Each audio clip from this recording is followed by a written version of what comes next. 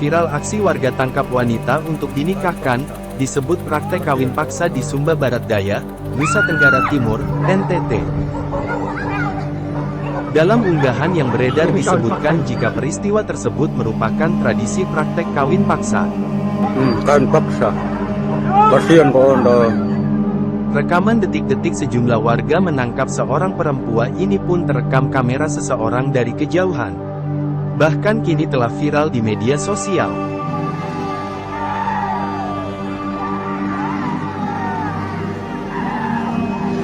Sebuah akun Instagram @memomedsos turut mengunggah video viral, Kamis, tanggal 7 September tahun 2023.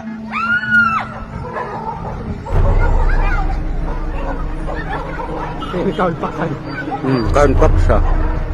Kasihan kok Anda.